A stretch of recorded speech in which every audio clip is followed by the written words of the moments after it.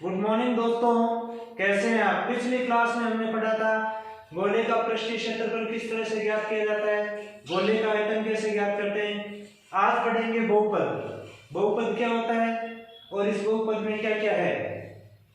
सबसे पहले बहुपद की परिभाषा के लिए कि ऐसा एक समीकरण जिसमें दो या दो से अधिक पद उपलब्ध हो उसे बहुपद कहते हैं। इसमें बहुपद में आते हैं रैखिक समीकरण, द्विघात समीकरण, द्विघात त्रिघात समीकरण। वो किस तरह से, जैसे ax प्लस c। तो ये क्या है कि जिसमें x की अधिकतम घात 1 हो तो वह कौन सा समीकरण है, रैखिक समीकरण। जिसमें x की अधिकतम घात 2 होती है उसे द्विघात समीकरण कहते हैं। जिसमें x की अधिकतम घात 3 होती है उसे त्रिघात समीकरण है वो कहते हैं, या त्रिघात बहुपद कहते हैं। ये रैखिक समीकरण है। रैखिक बहुपद भी लिख सकते हैं। रैखिक बहुपद है दूसरा ax square plus bx plus c। ये द्विघात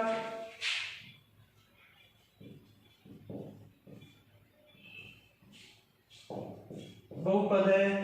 ऐसे x की अधिकतम घात जब 3 आ जाती है तो वह त्रिघात बहुपद होता है। अब इसके अंदर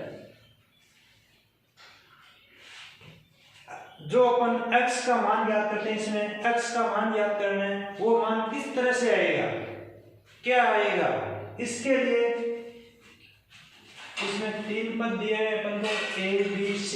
वो a b c क्या है, a का मान क्या होता है, a होता है x स्क्वायर का गुणांक। यह जो समीकरण दिया है अपन ने ax square plus bx plus c, ये समीकरण का मानक रूप है। a क्या है, वो है x स्क्वायर का गुणांक। x स्क्वायर का गुणांक कैसे, जैसे मान लीजिए अपन ने समीकरण लिखा है 5x square plus 3x plus 7 for example. तो इसमें a का मान क्या होगा, a बराबर 5 क्यों होगा, क्योंकि x स्क्वायर की गुणा में क्या है 5, इसलिए a का मान आ जाएगा 5। ऐसे ही b क्या है, x का गुणांक। तो इसमें b का मान क्या होगा, b बराबर 3। फिर आगे क्या है c क्या होता है अचर पद, जिसका मान कभी बदलता नहीं है और वो है संख्या अपनी। और यहाँ c बराबर क्या आएगा 7। तो इस तरह से अपन a b c के वो मान है वो निकालते हैं। आगे अपना कि एक अपन को बहुपद दिया गया है ax square plus bx plus c के शून्य अल्फा और बीटा है, कि इनको इस समीकरण को हल करें तो इसके x का मान क्या आता है, द्विघात समीकरण है, इसका अर्थ x के मान 2 आएंगे। शून्य का अर्थ क्या है कि इसको हल करेंगे तो x का मान क्या रखें कि इस पूरे समीकरण का मान शून्य हो जाए। तो इसके शून्य अल्फा और बीटा है। इसका मतलब x की घात 2 है तो इसके 2 मान कौन से हैं, एक तो अल्फा और एक बीटा है। ये 2 मान इनके शून्य के, तो अल्फा प्लस बीटा बराबर क्या होगा, अल्फा प्लस बीटा बराबर -b/a। ये होता है अल्फा प्लस बीटा का मान जांच करने के लिए कि यदि अपन ने ये उत्तर निकाले, इसके शून्य निकाले, तो इन दोनों को जोड़ दें तो इस b किसका मान होता है, x का मान, और a है वो x स्क्वायर का मान। इनको बटे के रूप में लिख दें तो दोनों बराबर आने चाहिए। ये है अल्फा प्लस बीटा का मान और अल्फा बीटा, मतलब अल्फा इंटू बीटा बराबर होता है c/a। कि ये इसके शून्य को गुणा किया जाए तो c बटे a के बराबर होता है। a और c क्या होता है ये अपन ने पहले पढ़ लिया। इसके बाद में आगे है यही समीकरण ax square plus bx plus c है। अब इसके शून्य ज्ञात करते हैं अपन। तो इसके शून्य की ज्ञात करने का एक और सूत्र है जिसको श्रीधर आचार्य सूत्र भी कहते हैं। श्रीधर आचार्य सूत्र कि किसी भी बहुपद के शून्य इस सूत्र के द्वारा किस तरह से ज्ञात किए जाते हैं। ये सूत्र क्या है तो x बराबर minus b plus minus under root b square minus 4ac बटे 2a कि किसी भी बहुपद के शून्य की ज्ञात करने के लिए यह सूत्र है अपने पास में। इस सूत्र का नाम है श्रीधर आचार्य सूत्र। कोई सा भी बहुपद हो इस सूत्र के द्वारा हम उसके शून्य ज्ञात कर सकते हैं। अर्थात उसके जो शून्य अभी अपन ने माने कि इसके शून्य अल्फा और बीटा है, अल्फा और बीटा का मान ज्ञात किया जा सकता है। सूत्र क्या है minus b plus minus under root b square minus 4ac बटा 2a। इसके बाद में अब ये बी स्क्वायर माइनस 4ac क्या है इसके शून्य किस तरह के होंगे क्या होंगे तो ये जो बी स्क्वायर माइनस 4ac है बी स्क्वायर माइनस 4ac इसको कहते हैं विवेचक। इसका नाम है विवेचक कि यदि बी स्क्वायर माइनस 4ac का मान 0 से बड़ा आएगा 0 से छोटा आएगा 0 के बराबर आएगा तो इसके मान किस तरह के होंगे। अब इस जो ये क्वेश्चन अपना बहुपद है इसके उत्तर किस तरह के आएंगे ये जांच करने के लिए कि आपके जो x के मान है वो किस तरह के होंगे इसके लिए इस विवेचक का प्रयोग करते हैं। और वो किस तरह से करते हैं कि बी स्क्वायर माइनस 4ac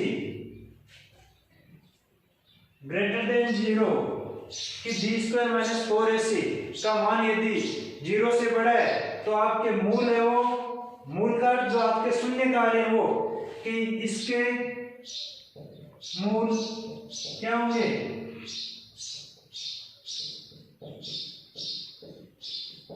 मूल वास्तविक और भिन्न भिन्न होंगे या मूल वास्तविक और अलग अलग होंगे कि जो दोनों अक्ष के जो दोनों मान आएंगे वो दोनों के दोनों मान वास्तविक होंगे। वास्तविक काट के दोनों ही मान प्लस के आएंगे और दोनों मान अलग अलग आएंगे। जैसे 3 4 आ गए 7 8 आ गए 2 10 आ गए कुछ भी मान आए वो दोनों मान क्या होंगे मूल इसके वास्तविक होंगे और अलग अलग होंगे। आगे है यदि बी स्क्वायर माइनस 4ac बराबर 0 यदि इस विवेचक का मान 0 के बराबर है तो मूल वास्तविक तो होंगे लेकिन क्या होंगे समान कि यदि बी स्क्वायर माइनस 4ac बराबर क्या है 0 है तो इसके मूल वास्तविक और समान होंगे। मतलब दोनों उत्तर एक बराबर ही आएंगे।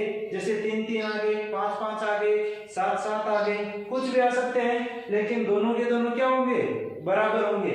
आगे b square minus 4ac less than 0 कि यदि बी स्क्वायर माइनस 4ac का मान 0 से छोटा है तो इसके मूल क्या होंगे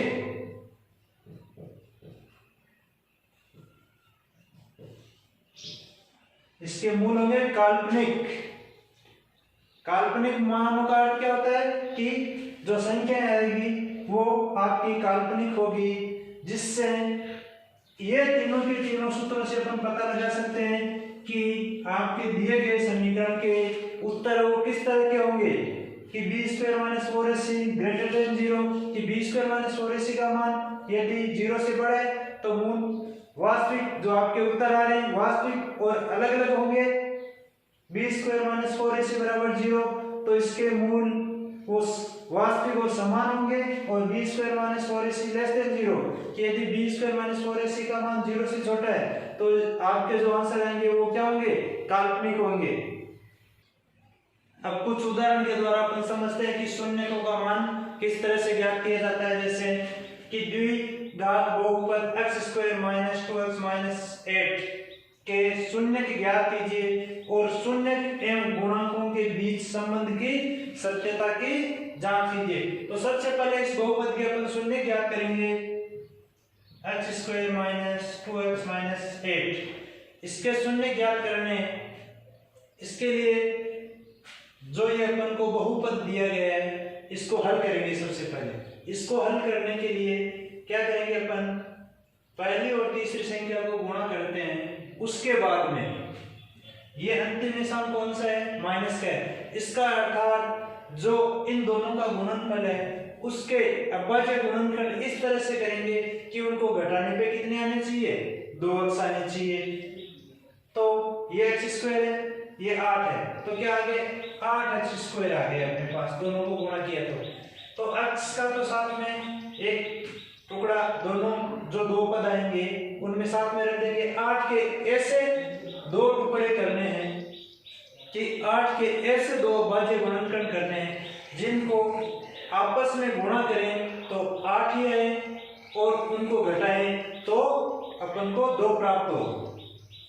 ये कैसे पता चलेगा अपन को कि ये जो बीच की संख्या है वो जोड़ने पे आएगी या घटाने पे आएगी। अपना अंतिम निशान यदि प्लस का है तो बीच वाली संख्या जोड़ने पर आएगी और यदि अंतिम निशान माइनस का है तो बीच वाली संख्या घटाने पे आएगी। x² माइनस 8 के दो टुकड़े 4 और 2, 4 को 2 से इंटू करते हैं कितने आते हैं 8 और 4 में से 2 घटाते हैं तो 2 बचते हैं। तो इसके जो दो गुणनखंड है वो क्या हो जाएंगे 4x प्लस 2x माइनस 8। अब कौन सी संख्या के कौन सा निशान लगेगा, इन दोनों में से एक संख्या छोटी होगी और एक संख्या बड़ी होगी। तो जो ये निशान है अपना सबसे पहला निशान वो बड़ी संख्या के लगता है कि अपन को कौन से निशान की संख्या चाहिए, माइनस की चाहिए, तो बड़ी संख्या के माइनस का निशान लगा देंगे। यदि ये प्लस का निशान होता तो बड़ी संख्या के ये प्लस का निशान लगाते हैं। आगे अब देखो दो संख्याओं में कॉमन लेना है, इन दो संख्याओं में और इन दो संख्याओं में। इन दो संख्याओं में कॉमन क्या है, x है। x का भाग x² में x बार माइनस इस x का भाग 4x में 4 बार प्लस देखो इन दोनों में 2 कॉमन आ रहा है, 2 का भाग 2x में x बार माइनस 2 का भाग 8 में 4 बार। अब देखो इन दोनों संख्या में x माइनस 4 फिर कॉमन आ रहा है तो इसको निकाल देंगे। x माइनस 4 क्या बच गया, इधर x बच गया, इधर 2 बच गया, x प्लस 2। अब अपने पास में ये 2 पद आ गए। अब इनको इन दोनों को 0 के बराबर रख देंगे तो अपने पास में x के 2 मान आ जाएंगे।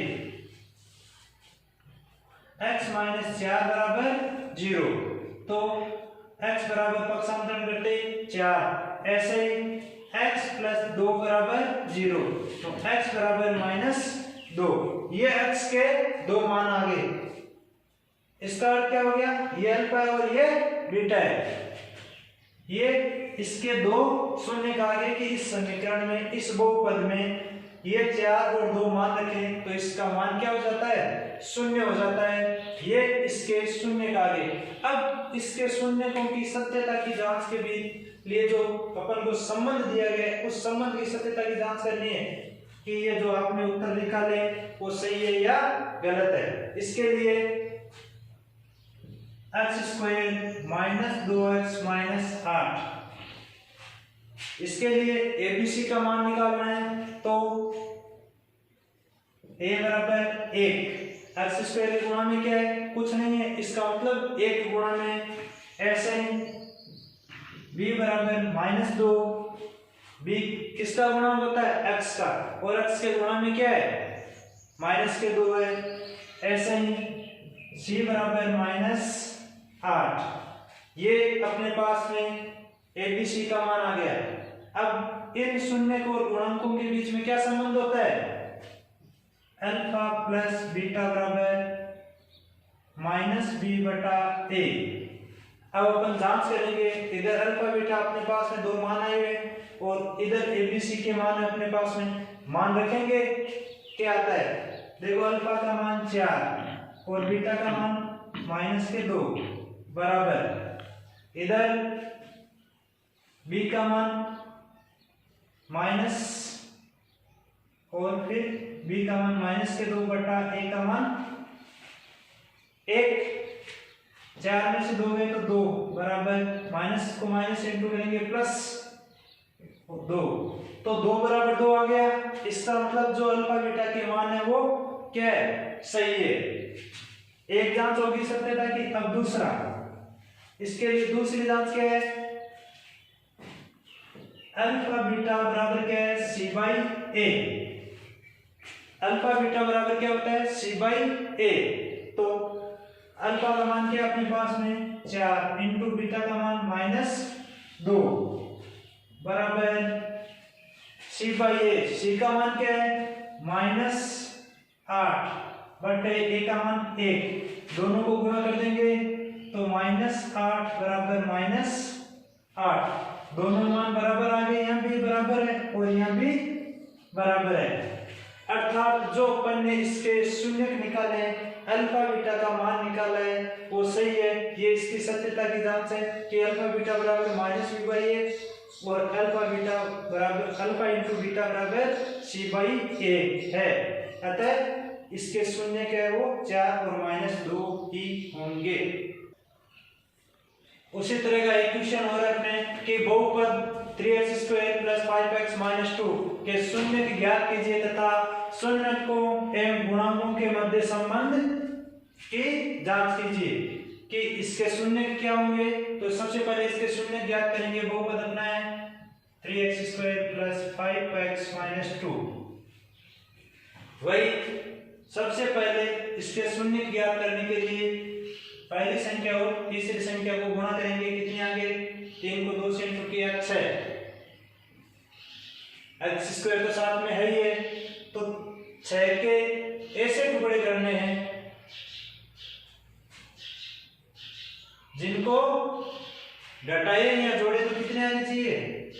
5 आने चाहिए। अब घटाना है या जोड़ना है? अंतिम निशान कौन सा है? माइनस का है। अर्थात 6 के ऐसे टुकड़े करने हैं जिनको घटाने पर कितने आने चाहिए? 5 आने चाहिए और गुणा 6 होना चाहिए।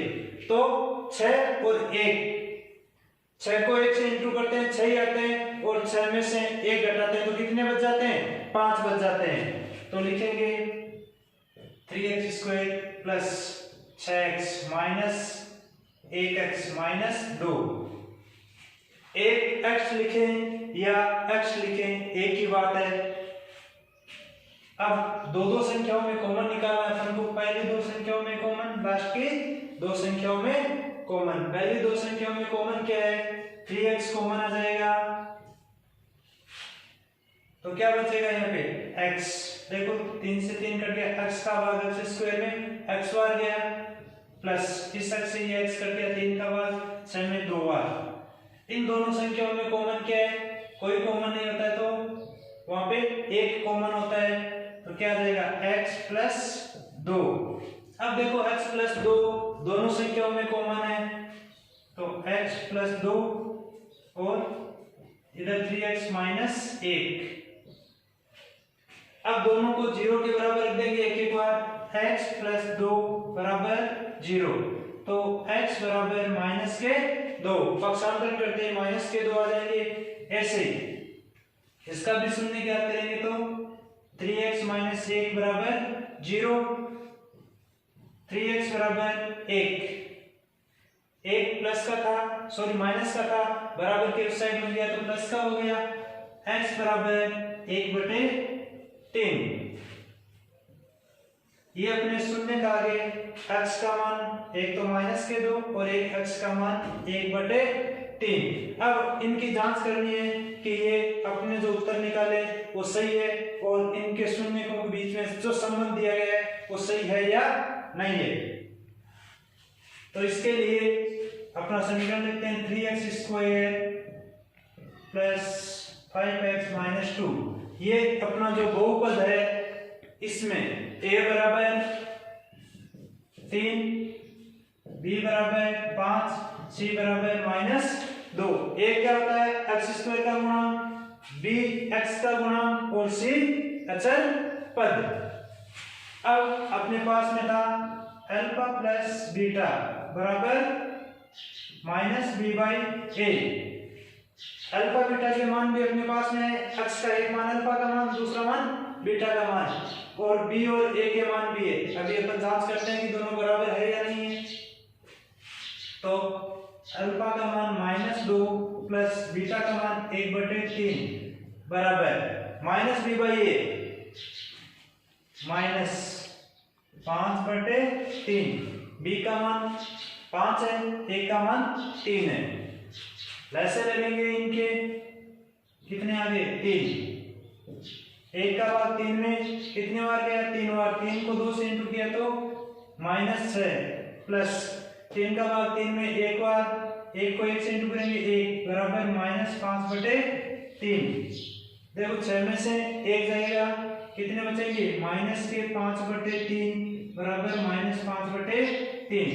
दोनों का मान बराबर आ गया, अर्थात इनमें जो शून्य को और गुणांकों में जो संबंध था वो क्या है सही है, और अपने जो शून्य ज्ञात किए वो भी सही है। फिर अगला क्या था अल्फा बीटा बराबर सी बाई ए, अर्थात जो अपने शून्य का है उनका गुणनफल किसके बराबर है सी बटे ए के बराबर है। तो अपने अल्फा बीटा का मान क्या था -2 × 1/3 बराबर सी बाई ए। सी का मान है -2 बटा ए का मान 3। इनको सरल कर देंगे तो -2/3 बराबर -2/3।